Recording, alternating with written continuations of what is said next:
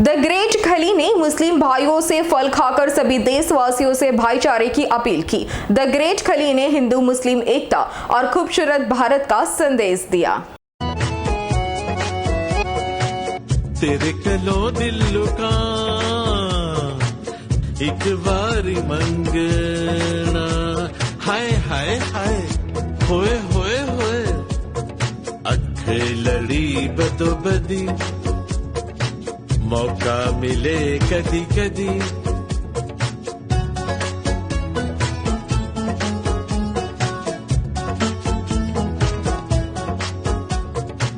किता इनकार जे मैं निड़ियो निनंगना, हाय हाय हाय हाय होए होए होए होए, गल करा खरी खरी, समझी न तू तड़ी तड़ी, समझी न तू तड़ी तड़ी, हाय हाय हाय होए होए होए, बदो बदी अखेल। અમારી તમામ માહિતીથી અપડેટ રહેવા માટે જોડાયેલા રહો S9 ન્યૂઝ સાથે।